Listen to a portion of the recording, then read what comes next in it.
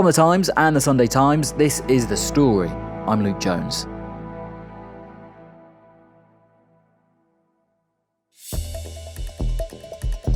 Donald Trump has long been referring to today, the 2nd of April, as Liberation Day.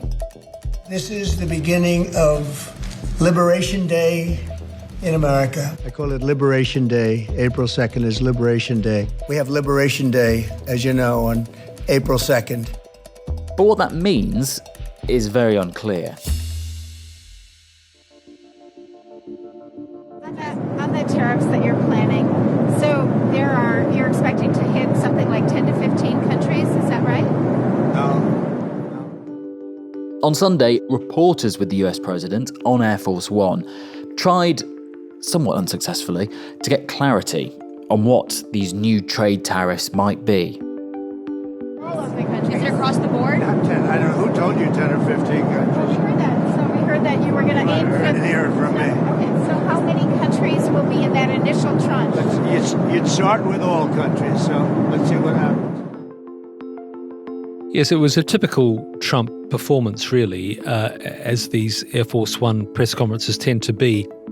We've known for a while that Liberation Day, April the 2nd, is coming, but there's very little certainty about what will actually happen. The timing, the type of tariffs, all those questions are still up in the air. So really, that was a vintage bit of Trump. Why is he doing this, though? Because this isn't just economic tinkering. This looks like an enormous realignment. A lot of the old assumptions about how the world would be conducted after the Second World War have been upended. And what does it mean for you and me in the UK?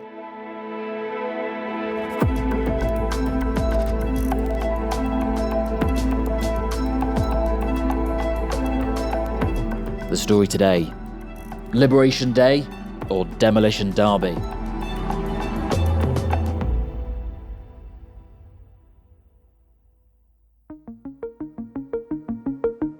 I'm Dominic O'Connell. I'm the business correspondent on Times Radio. There was a bit more nervousness about what Donald Trump might be up to with tariffs after Trump was on Air Force One, talking to reporters as he does, freewheeling with some of his comments. And people, again, quite shocked about what might be in store for Liberation Day, as he calls it. It's not necessarily just about how many percentage points of a tariff is going to be on certain countries. It is enormous questions like which countries are going to be included in this. Is it everyone? Is it someone? Yes, exactly. And we know he started with Canada and Mexico. He's done some individual sector ones on steel and aluminium. China he's done as well. There was a stutter with the Canadian and Mexican tariffs where they were put in place and then immediately put on hold, but then he came back and returned them. So after all that, we're really not that much further ahead on what might happen, apart from the fact there is going to be some announcement. Timing as well is part of this.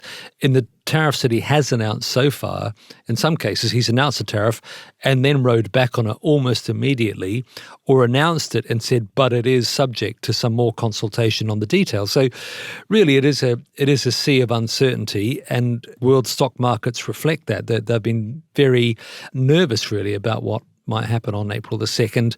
The Nikkei, the big Japanese index, took a big step down at the start of the week. The FTSE 100 here in the UK has been quite nervous. Today, the FTSE 250 slid 390 points, making it the worst day of trading for a year and a half. Japan has seen its stock market hammered.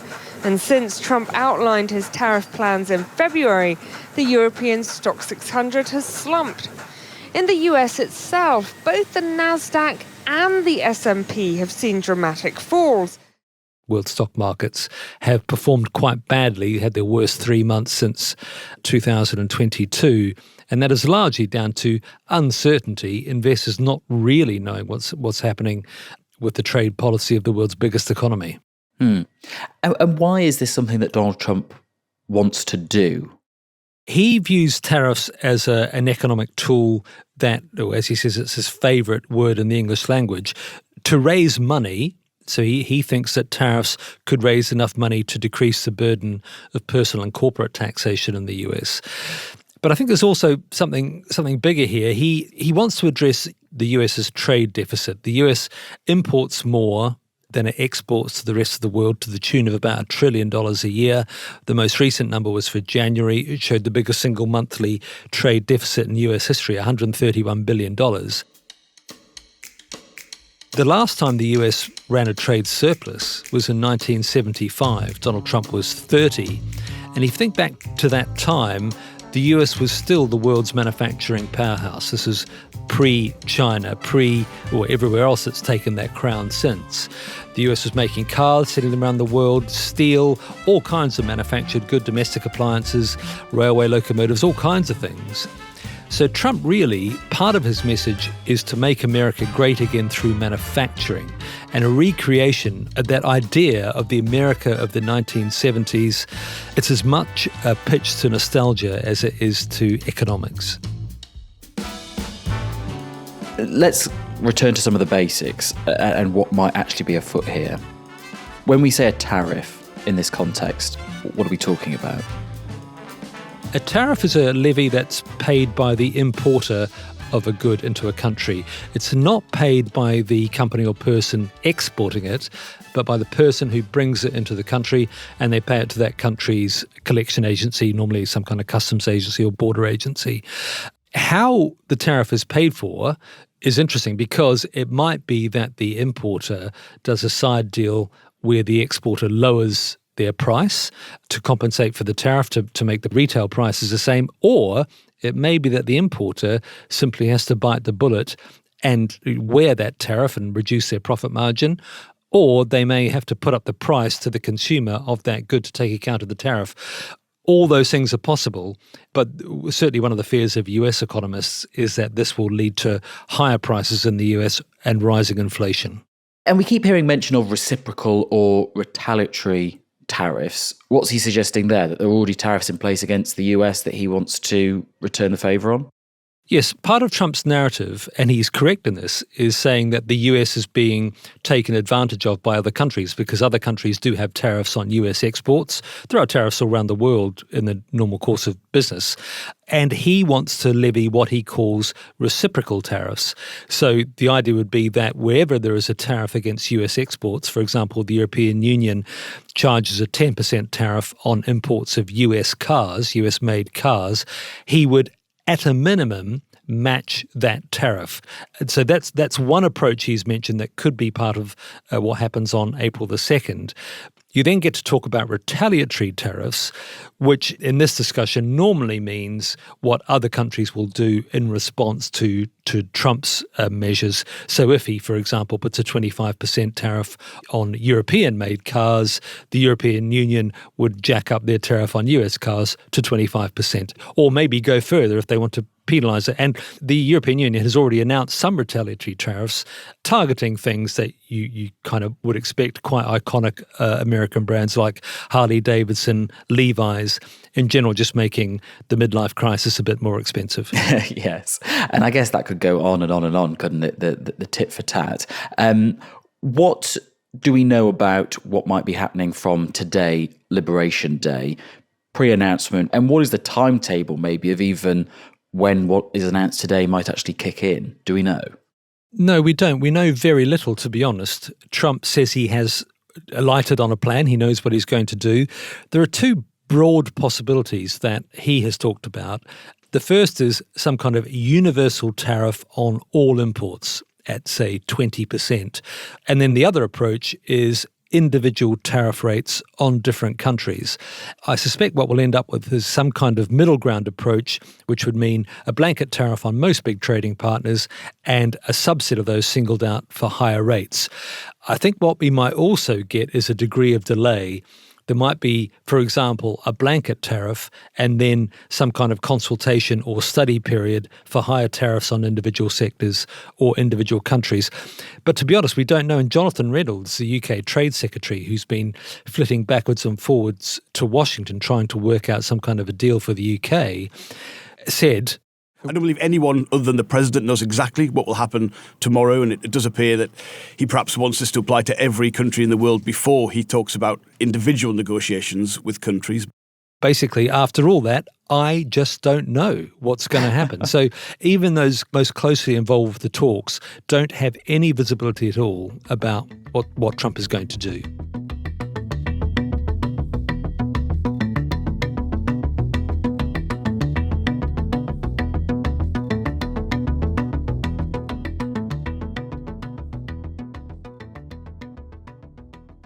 We've already mentioned cars. Let's hone in on them because they're quite an interesting vector through which to understand what might happen with all of this. The question in the past has always been, is Donald Trump waving the threat of these tariffs as a kind of opening gambit in some kind of negotiation, and it's a particularly fierce stick at the beginning of some kind of debate? But actually, there is increasingly an intellectual back end to this. You could call it a sort of world view as to why this is necessary, which you touched on a little bit earlier on. And it's something which is being pushed quite a bit by one of his top trade advisors, Peter Navarro. Who he? Peter Navarro is an economics professor at one of the UCL campuses in California, UCL Irvine, and he has long been a proponent of the idea that free trade is not necessarily a good thing for America. And in particular, he has singled out China as what he would call a trade manipulator, a currency manipulator, the idea that China as a command economy has been able to subsidize its manufacturing, depress its currency artificially, the value of its currency artificially, in order to attack American manufacturing industries. And Navarro was an advisor to Trump in his first term and provides, I suppose, if not the intellectual backbone to this, but also, I think, an ideological edge to it, that actually trade, is war by other means. We have the example from the first term. We know that we imposed historically high tariffs on China. We imposed aluminum and steel tariffs. We imposed on washing machines, on solar, and all we got out of that was prosperity and price stability. And that these other countries, in particular China, are enemies of the US when it comes to trade and enemies of the US economy, and taking action against them is the right thing to do. There are other people who are important in this. I think Scott Bessent, who this time round is Trump's Treasury Secretary, is an important thinker on this. I think he's much more moderate and more conventional than Navarro, but also Howard Lutnick, who has shown himself, he's the Commerce Secretary, to have quite radical views on how the world economy should be reshaped in favor of America to redress what they see as imbalances against America. This is very much a return to the idea of mercantilism, which was the main sort of economic way of thinking from the 1300s up to sort of the mid-1700s when Adam Smith, the Scottish philosopher, got going. The idea that really trade policy is there to enrich yourself by putting barriers in trade to trade and to increase your exports at the expense of other countries. And that's a harking back to this old mercantilist idea, which Navarro and others think is the right policy when it comes to countries like China.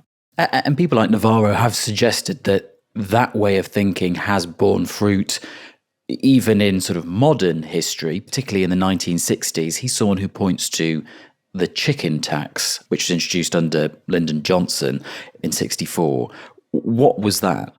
It was, in essence, a tit-for-tat trade war between some European countries and the US over taxation of chicken exports, chicken imports to the EU. Back in the 60s, we had what was then West Germany and France raising tariffs on our chickens, our poultry. And Lyndon Johnson responded with what would be called the chicken tax, a tax on light trucks. And Navarro takes a lesson from that actually you can pursue trade goals through tariffs. And we saw almost immediately that the imports here of Volkswagen vans, the old hippie van, started going down. And what happened was we had this just renaissance of light truck development. He thinks that they won that particular war. It is worth pointing out that if Navarro thinks that the US car industry is going to suddenly be recreated and Detroit is going to come back and it's going to be back to the swinging 70s, I think that ship has sailed. That car has driven off. That Cadillac has coasted off. But really, the US car industry now makes roughly 10 million cars a year. It made exactly the same number in 1975. So there's been very little growth at all. All that growth in the world's car consumption has gone first to Europe, then to Korea, Japan, and now China. And China's car industry is going from strength to strength, particularly in electric vehicles. And the US car industry now is largely tailored to domestic demand, pickup trucks, that kind of thing, which the US customer is very keen on, which won't really be exported very well. And the share prices of the big US car makers have gone down on the back of these tariffs because they are now enmeshed in this global supply chain. Disruptions to that would be quite costly to them. So I think the idea that the US car manufacturing industry is going to be set back on its feet and the clock is going to go back 50 years as a result of one-term's tariffs, that's not going to happen. So if you're someone like Peter Navarro with this mercantilist outlook, as you say, might be coming back into fashion after many years in the cold, you do look at examples like what happened under Johnson with the chicken tax and what that did for success in domestic industry back home, and you think, okay, there are worries about our automobile industry here in the US and how enmeshed it is with Canada and what tariffs might disrupt in the short term, but in the long term, we might get jobs, we might get manufacturing back on our soil in a big way. Yes, exactly. And Trump himself has referred to this, the idea that there might be a period of adjustment, which I think is a euphemism for the US economy might get worse in the short term. And particularly inflation, which is the first most likely effect of these tariffs, higher prices for US consumers. Now, the narrative about inflation in the US was that it was coming down. That would allow interest rates to fall. There'd be a soft landing after the inflationary period we have had, and the US economy would go on and do absolutely fine. If inflation kicks back up again, then interest rates will not come down as quickly as Trump wants, or at least the Federal Reserve, the American central bank, won't want to bring them down as quickly because it wants to control inflation.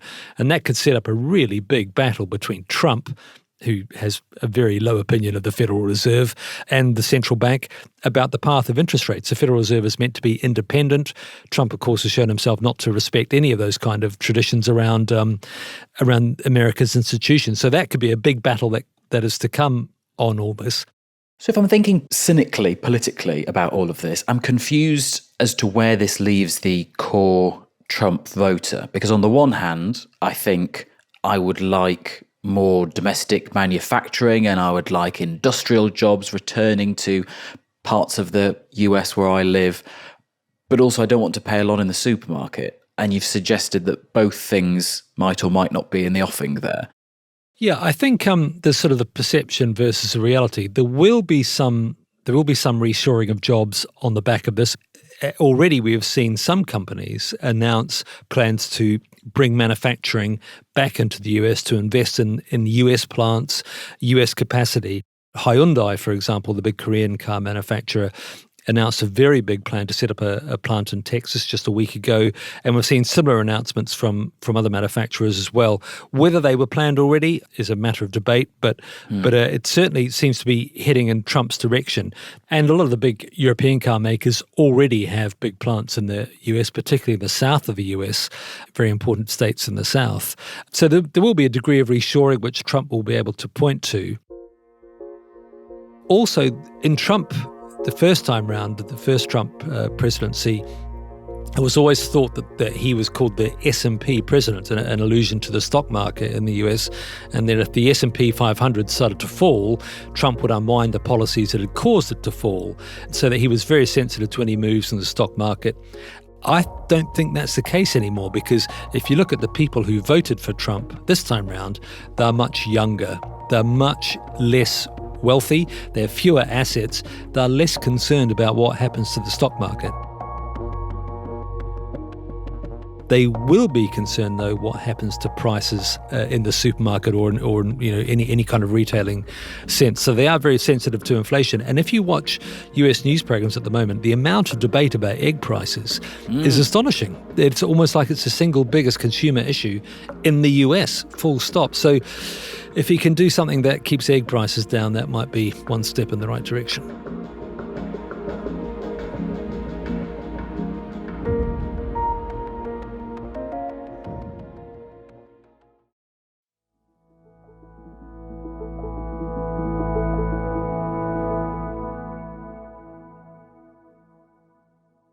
Don, we've been discussing Liberation Day, as Donald Trump has been calling it, this huge expected tranche of tariffs, maybe right across the board, maybe with some countries, most of them. What about the UK in all of this? Has there been a lot of nervousness in the UK government about what might be afoot for us? Well, Jonathan Reynolds, the business secretary, has been saying that it is off the table. There is no going to be no exemption from the UK from whatever is announced on April the 2nd. I believe from where we are at the minute, the president wants this Liberation Day tomorrow to apply to every country in the world, and there'll be no exemptions on that first day towards that. It comes at a difficult time for the UK. The UK economy is struggling to grow.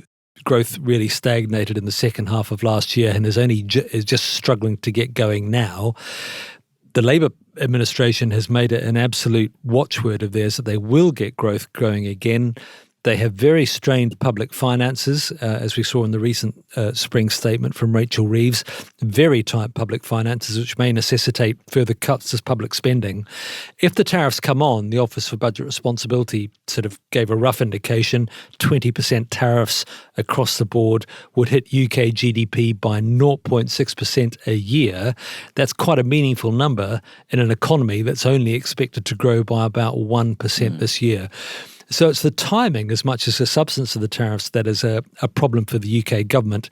You know, it's difficult to be too critical, but I think the UK government has been guilty of some political naivety here because when Trump was elected, there was all this talk about the special relationship between Starmer and Trump, and Starmer had been very good at handling Trump, and they were negotiating towards this carve-out deal, when it was always obvious that Trump's big day in the sun with tariffs, he was not going to be denied. He wasn't going to come to the UK and say, yeah, you're exempt from tariffs. That would it was never remotely likely. So to think that might have been the case, or to suggest it was going to be the case, I think was slightly ambitious from the UK. So it's as much the timing as the substance of the tariffs that is a worry for the UK government. So what can the UK government do then? Have other countries returned fire on the US with tariffs of their own? And does that look like something that we could get on board with and do likewise? Well, the government has kept that option open. Look, you will understand I can't rule anything out, and if the UK is subject to tariffs from any country, I'll have to take the steps to give me the options I might need in future. The formal steps start with a call to evidence from British industry about the impact that is having on them in a relatively short period. So I'll take the steps to make sure I've got every option available to the UK that we might need. So far, their idea seems to be don't do anything in the hope of a deal. Reynolds was suggesting, again, I think, possibly slightly offering a hostage to fortune, that the UK is well placed for something to be signed once the tariffs have been announced.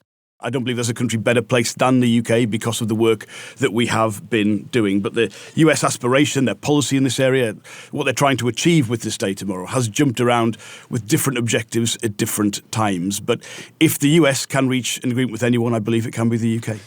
But that rather begs the question then, and we'll set the timer ticking on, well, when is this going to happen? When are you going to deliver this new trade deal? What are you going to give up in return for getting a trade deal?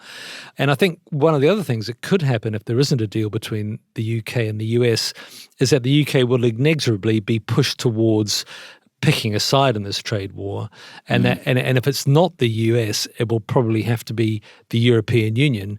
And given we haven't had the greatest recent relations with the European Union, in fact, having voted to leave the European Union, it might end up sort of trying to sidle up to an ally that isn't that interested in having you as an ally. But in the short term, as you said, quite a hefty impact on our economy if this goes as expected. 0.6% off GDP growth by 2026, according to the OBR, as you said. What does that mean for Rachel Reeves then? We've already had spending cuts. We've already had tax rises. What are the sort of best and worst options for all of us staring at our pay packets? Well, I think for Rachel Reeves, it's now a countdown to November and the budget. She has said she will have one fiscal event a year, one event where she raises taxes every year. So she did nothing at the most recent opportunity, which was a spring statement. At that spring forecast, the OBR said that the UK government was still on track to meet its main fiscal target. Reeves has made it absolutely clear she is not going to miss a fiscal target. So in November, if the OBR comes back and says, well, actually, the growth outlook has deteriorated thanks to Trump's tariffs, we now think you're going to miss that fiscal rule again, then she will have to do something, and that something is probably tax rises, and in addition, possibly some spending cuts as well. So that would make her, there's the accusations of austerity. She's very unpopular with business for the tax rises she has put through. So she has the risk of all her plans coming a bit unstuck and having to go back to the well for some more. And that maybe gets you into some low growth, stagnating economy death spiral, doesn't it, at that point? I mean, not to over-egg the pudding. Well, maybe. I mean, there are lots of things going on in the world economy that are good and bad for the UK. There could be some good things that come out of Trump tariffs. It could be a bit of a brain drain. There could be stuff coming here that investment that might otherwise have gone to the US. It's a very big, swirling and tricky picture to look at. So it's difficult to say, with any certainty the UK is going to head into some kind of stagflationary spiral. And doing that arguably in a new age of economics, isn't that right? We are moving to this mercantilist, as you said, sort of, economic imperialist age like we had many centuries ago. But have we all realised yet that we can't rely on old alliances and norms? Well, I think there's an analogy here to what's been happening in the defence world, where a lot of the old assumptions about how the world would be conducted after the Second World War have been upended. So, after the Second World War, the idea was that Europe, lived in the protective shadow of the US, and that was formalised through NATO. Well, Trump, of course, has turned a cold shoulder on NATO, and now European companies are scrambling to think about how they can fill the gaps, with something similar happening in the economy. After the Second World War, the General Agreement on Trade and Tariffs, the GATT agreement, which everybody used to talk about but hasn't had to think about for quite a few years, was signed, which set the direction towards fewer tariffs, frictionless trade throughout the world. Well, Trump has, again, just turned around and said, no, we don't want that anymore. We're changing the direction of travel. We're going away from the presumption towards free markets back towards something that will favour the US.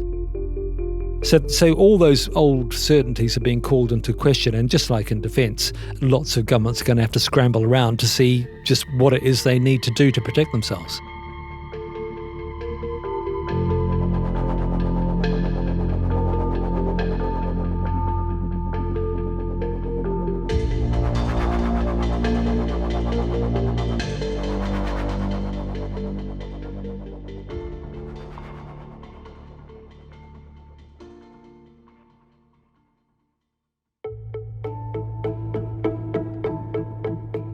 Dominic O'Connell, and you can hear more from him on Times Radio Breakfast each morning, and you can read his column in The Times every Friday. You can get that at thetimes.com with a subscription. You can also subscribe to us, this podcast, for free on whatever platform you're listening to us on at the moment, so do that, please. That is it from us today. The producer was Sam Chantarasak, the executive producer was Kate Ford, and sound design and theme composition was by Mauro Setto. I'm Luke Jones. See you soon.